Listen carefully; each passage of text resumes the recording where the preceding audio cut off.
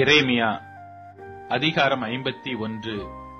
கர்த்தர் சொல்லுகிறது என்னவென்றால், இதோ, நான் பாபிலோனுக்கு விரோதமாகவும் எனக்கு விரோதமாய் எழும்புகிறவர்களின் மத்தியில் குடியிருக்கிறவர்களுக்கு விரோதமாகவும் அழிக்கும் காற்றை எழும்ப பண்ணி தூற்றுவாரை பாபிலோனுக்கு அனுப்புவேன். அவர்கள் அதை தூற்றி வெறுமையாக்கி போடுவார்கள். ஆபத்து நாளிலே அதற்கு விரோதமாய் சூழ்ந்து கொண்டிருப்பார்கள். வில்லை நாணேற்றுகிறவனுக்கு விரோதமாகவும் தன் கவசத்தில் பெருமை பாராட்டுகிறவனுக்கு விரோதமாகவும் வில் வீரன் தன் வில்லை நாணேற்ற கடவன். அதன் வாலிபரை தப்ப விடாமல் அதன் சேனையை எல்லாம் சங்காரம் பண்ணுங்கள். குத்தி போடப்பட்டவர்கள் கல்தேயரின் தேசத்திலும் கொலை செய்யப்பட்டவர்கள் அதன் வீதிகளிலும் விழுவார்கள். அவர்கள் தேசம் இஸ்ரவேலின் பரிசுத்தருக்கு விரோதமாக செய்த அக்கிரமத்தினால் நிறைந்திருந்தும் யூதா தன் தேவனாலும் இஸ்ரவேல் சேனைகளின் கர்த்தராலும் கைவிடப்படவில்லை. நீங்கள் பாபிலோனின் அக்கிரமத்தில் சங்காரமாகாதபடிக்கு அதன் நடுவிலிருந்து ஓடி அவரவர் தங்கள் ஆத்துமாவை தப்புவீங்கள். இது கர்த்தர் அதனிடத்தில் பழி வாங்குகிற காலமாயிருக்கிறது. அவர் அதற்கு பதில் செலுத்துவார். பாபிலோன் கர்த்தருடைய கையில் உள்ள பொற்பாத்திரம். அது பூமி அனைத்தையும் வெறிக்க பண்ணினது. அதன் மதுவை ஜாதிகள் குடித்தார்கள். ஆகையால் ஜாதிகள் புத்தி மயங்கி போனார்கள். பாபிலோன் சடுதியில் விழுந்து தகர்ந்தது. அதற்காக அலறுங்கள். அதன் நோயை ஆற்ற பிசின் தைலம் போடுங்கள். ஒருவேளை குணமாகும். பாபிலோனை குணமாக்கும்படி பார்த்தோம், அது குணமாகவில்லை. அதை விட்டு விடுங்கள். நாம் அவரவர் நம்முடைய தேசங்களுக்கு போக கடவோம். அதன் ஆக்கினை வானமட்டும் ஏறி ஆகாய மண்டலங்கள் பரியந்தம் எட்டினது. கர்த்தர் நம்முடைய நீதியை வெளிப்படுத்தினார். நம்முடைய தேவனாகிய கர்த்தரின் செயலை சீயோனில் விவரிப்போம் வாருங்கள். அம்புகளை துலக்குங்கள், கேடகங்களை நன்றாய் செப்பனிடுங்கள். கர்த்தர் மேதியருடைய ராஜாக்களின் ஆவியை எழுப்பினார். பாபிலோனை அழிக்க வேண்டும் என்பதே அவருடைய நினைவு. இது கர்த்தர் வாங்கும் பழி. இது தமது ஆலயத்துக்காக அவர் வாங்கும் பழி. பாபிலோனின் மதில்கள் மேல் கொடியேற்றுங்கள். காவலை பலப்படுத்துங்கள்.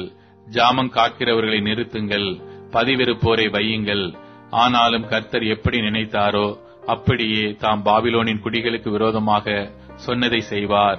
திரளான தண்ணீர்களின் மேல் வாசம் பண்ணுகிறவளே, திரண்ட சம்பத்துடையவளே, உனக்கு முடிவும் உன் பொருள் ஆசைக்கு ஒளிவும் வந்தது.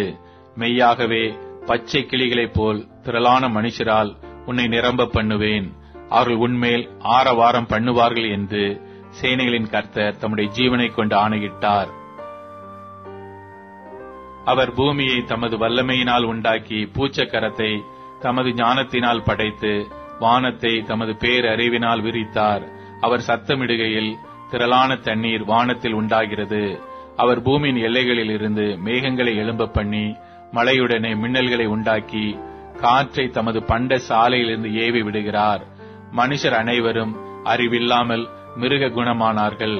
தட்டார் அனைவரும் சுரூபங்களாலே வெட்கி போகிறார்கள். அவர்கள் வார்ப்பித்த விக்கிரகம் பொய்யே, அவைகளில் சுவாசம் இல்லை. அவைகள் மாயையும் மகா எத்துமான கிரியையாயிருக்கிறது. அவைகள் விசாரிக்கப்படும் நாளிலே அழியும். யாக்கோபின் பங்காயிருக்கிறவர் அவைகளைப் போல அல்ல. அவர் சர்வத்தை உண்டாக்கினவர். இஸ்ரவேல் அவருடைய சுதந்திரமான கோத்திரம். சேனைகளின் கர்த்தர் என்பது அவருடைய நாமம். நீ எனக்கு தந்த ஆயுதமும் அஸ்திராயுதமும் ஆனவன். நான் உன்னை கொண்டு ஜாதிகளை நொறுக்குவேன். உன்னை கொண்டு ராஜ்யங்களை அழிப்பேன். உன்னை கொண்டு குதிரையையும் குதிரை வீரனையும் நொறுக்குவேன். உன்னை கொண்டு ரதத்தையும் ரத வீரனையும் நொறுக்குவேன். உன்னை கொண்டு புருஷனையும் ஸ்திரியையும் நொறுக்குவேன். உன்னை கொண்டு கிழவனையும் இளைஞனையும் நொறுக்குவேன். உன்னை கொண்டு வாலிபனையும் கன்னிகையையும் நொறுக்குவேன். உன்னை கொண்டு மேய்ப்பனையும் அவனுடைய மந்தையையும் நொறுக்குவேன். உன்னை கொண்டு உழவனையும் அவனுடைய உழவு காளையையும் நொறுக்குவேன். உன்னை கொண்டு அதிபதிகளையும் அதிகாரிகளையும் நொறுக்குவேன். பாபிலோனுக்கும் கல்தேயர் தேசத்தின் சகல குடிகளுக்கும் அவர்கள் உங்கள் கண்களுக்கு முன்பாக சீயோனில் செய்த அவருடைய எல்லா பொல்லாப்புக்காகவும் பழி வாங்குவேன் என்று கர்த்தர் சொல்லுகிறார். இதோ, பூமியை எல்லாம் கெடுக்கிற கேடான பர்வதமே, நான் உனக்கு விரோதமாக வந்து என் கையை உனக்கு விரோதமாக நீட்டி உன்னை கண் மலைகளிலிருந்து உருட்டி உன்னை எரிந்து போன பர்வதமாக்கி போடுவேன் என்று கர்த்தர் சொல்லுகிறார். மூளை கல்லுக்காகிலும் அஸ்திபார கல்லுக்காகிலும் ஒரு கல்லையும் உன்னிலிருந்து எடுக்க மாட்டார்கள். நீ என்றென்றைக்கும் பாழாய் கிடக்கிற ஸ்தலமாவா என்று கர்த்தர் சொல்லுகிறார். தேசத்திலே கொடி ஏற்றுங்கள், ஜாதிகளுக்குள் எக்காலம் ஊதுங்கள், ஜாதிகளை அதற்கு விரோதமாக ஆயத்தப்படுத்துங்கள். ஆரராத், மின்னி, அஸ்கெனாஸ் என்னும் ராஜ்யங்களை அதற்கு விரோதமாக தலகர்த்தனுக்கு பட்டம் கட்டுங்கள். சுனையுள்ள வெட்டுக்கிளிகள் போன்ற குதிரைகளை வரப்பண்ணுங்கள். மேதியா தேசத்தின் ராஜாக்களும் அதன் தலைவரும் அதன் சகல அதிகாரிகளும் அவரவருடைய ராஜ்ய பாரத்துக்கு கீழான சகல தேசத்தாருமாகிய ஜாதிகளை அதற்கு விரோதமாக ஆயத்தப்படுத்துங்கள். அப்பொழுது தேசம் அதிர்ந்து வேதனைப்படும். பாபிலோன் தேசத்தை குடியில்லாதபடி பாழாக்க பாபிலோனுக்கு விரோதமாய் கர்த்தர் நினைத்தவைகள் நிலைக்கும். பாபிலோனின் பராக்கிரமசாலிகள் யுத்தம் பண்ணாமல் கோட்டைகளில் இருந்து விட்டார்கள். அவர்கள் பராக்கிரமம் அழிந்து பேடிகளானார்கள். அதன் வாசஸ்தலங்களை கொளுத்தி போட்டார்கள். அதன் தாழ்பாள்கள் உடைக்கப்பட்டது. கடையாந்தர முனை துவக்கி அவனுடைய பட்டணம் பிடிப்பட்டது என்றும், துறை வழிகள் அகப்பட்டு போய் நாணல்கள் அக்கினியால் சுட்டெரிக்கப்பட்டது என்றும், யுத்த மனுஷர் கலங்கி இருக்கிறார்கள் என்றும் பாபிலோன் ராஜாவுக்கு அறிவிக்க, அஞ்சற்காரன் மேல் அஞ்சற்காரனும் தூதன் மேல் தூதனும் ஓடுகிறான். பாபிலோன் குமாரத்தி மிதிக்கப்படும் களத்துக்கு சமானம். அதை போரடிக்கும் காலம் வந்தது. இன்னும் கொஞ்ச காலத்திலே அறுப்பு காலம் அதற்கு வரும் என்று இஸ்ரவேலின் தேவனாகிய சேனைகளின் கர்த்தர் சொல்லுகிறார். பாபிலோன் ராஜாவாகிய நேபுகாத் நேச்சார் என்னை பட்சித்தான், என்னை கலங்கடித்தான், என்னை வெறும் பாத்திரமாக வைத்து போனான். வலு சர்ப்பம் போல என்னை விழுங்கி என் சுவையுள்ள பதார்த்தங்களால் தன் வயிற்றை நிரப்பினான். என்னை துரத்தி விட்டான். எனக்கும் என் இனத்தாருக்கும் செய்த கொடுமையின் பழி பாபிலோன் மேல் வரக்கடவதென்று சியோனில் வாசமானவள் சொல்லுகிறாள். என் இரத்த பழி கல்தேயர் தேசத்து குடிகளின் மேல் வரக்கடவதென்று எருசலேம் என்பவளும் சொல்லுகிறாள். ஆகையால் கர்த்தர் சொல்லுகிறது என்னவென்றால், இதோ நான் உனக்காக வழக்காடி உன் பழிக்கு பழி வாங்கி அதன் கடலை வரளவும் அதன் ஊற்றை சுவரவும் பண்ணுவேன். அப்பொழுது பாபிலோன் குடியில்லாத மண்மேடுகளும் வலு சர்ப்பங்களின் தாபரமும் பாழும் ஈசல் போடப்படுதலுக்கு இடமுமாய் போகும். ஏகமாய் அவர்கள் சிங்கங்களைப் போல கெர்ச்சித்து சிங்க குட்டிகளைப் போல சத்தமிடுவார்கள். அவர்கள் கழிக்கும் சமயத்திலே நான் அவர்கள் குடிக்கும் பானத்தை அவர்களுக்கு குடிக்க கொடுத்து அவர்கள் துள்ளத்தக்கதாக அவர்களை வெறியாக்குவேன். அதனாலே அவர்கள் என்றென்றைக்கும் விழிக்காத நித்திரை அடைவார்கள் என்று கர்த்தர் சொல்லுகிறார். அவர்களை ஆட்டுக்குட்டிகளைப் போலவும் ஆட்டு கடாக்களைப் போலவும் வெள்ளாட்டு கடாக்களைப் போலவும் அடிக்கப்பட இறங்கி போக பண்ணுவேன்.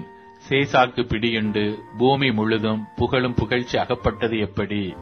ஜாதிகளுக்குள்ளே பாபிலோன் பிரமிப்பானது எப்படி? சமுத்திரம் பாபிலோன் மேல் புரண்டு வந்தது. அதன் அலைகளின் திரட்சியினால் அது மூடப்பட்டது. அதன் பட்டணங்கள் பாழுமாய் வறட்சியும் வனாந்தரமுமான பூமியுமாய் ஒரு மனுஷனும் குடி இராததும் ஒரு மனு புத்திரனும் கடவாததுமான நிலமுமாய் போயிற்று. நான் பாபிலோனில் இருக்கிற பேலை தண்டிப்பேன். அது விழுங்கினதை அதன் வாயிலிருந்து கக்க பண்ணுவேன்.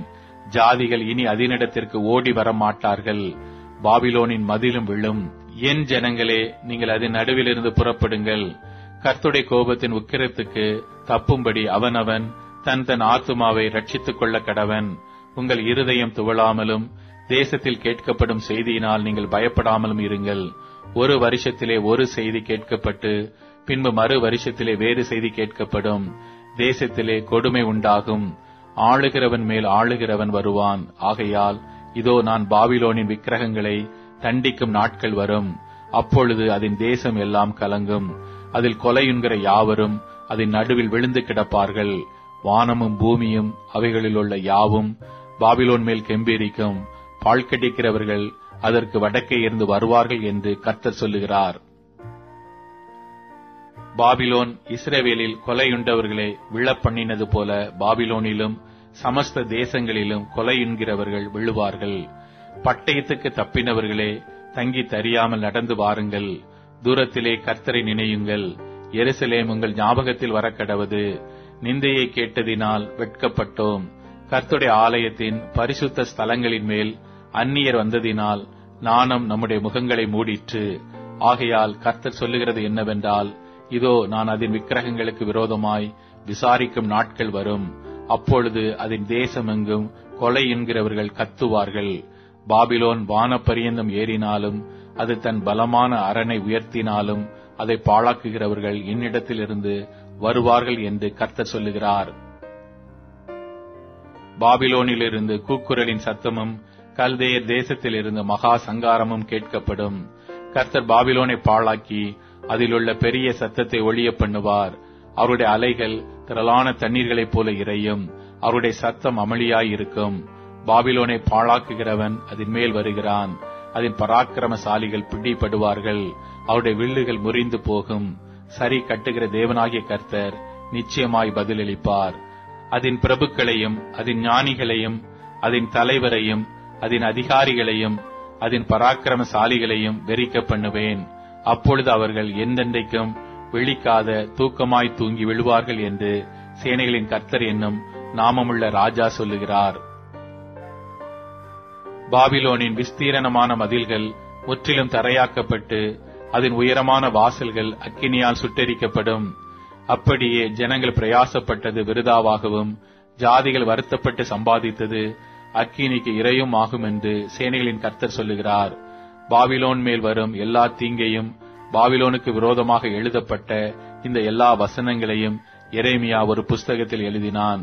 யூதாவின் ராஜாவாகி சிதேக்கியா ராஜபாரம் பண்ணும் 4ஆம் வருஷத்திலே பாபிலோனுக்கு போன சமயத்தில் அவனோட கூட போன மசேயாவின் மகனாகிய நேரியாவின் குமாரனும் சாந்த குணமுள்ள பிரபுவுமாகிய செராயாவுக்கு எரேமியா தீர்க்கதரிசி கற்பித்த வார்த்தை. எரேமியா செராயாவை நோக்கி, நீ பாபிலோனுக்கு வந்த பின்பு நீ இதை பார்த்து இந்த எல்லா வசனங்களையும் வாசித்து சொல்ல வேண்டியது என்னவென்றால், கர்த்தாவே, இந்த ஸ்தலத்திலே மனுஷனும் மிருக முதலாய் தங்கி தரிக்காதபடிக்கும் அது என்னென்றைக்கும் பாழாய் கிடக்கும்படிக்கும் அதை அழித்து போடுவேன் என்று தேவரீர் அதை குறித்து உரைத்தீர் என்பதை நீ சொல்லி, நீ இந்த புஸ்தகத்தை வாசித்து தீர்ந்தபோது அதிலே ஒரு கல்லை கட்டி அதை ஐப்பிராத்து நடுவிலே எறிந்துவிட்டு, இப்படியே பாபிலோன் முழுகி போகும், நான் அதன் மேல் வரப்பண்ணும் தீங்கினால் எழுந்திருக்க மாட்டாமல் இளைத்து விழுவார்கள் என்றார் என்று சொல்லுவாயாக என்றான். எரேமியாவின் வசனங்கள் இவ்வளவோடே முடிந்தது.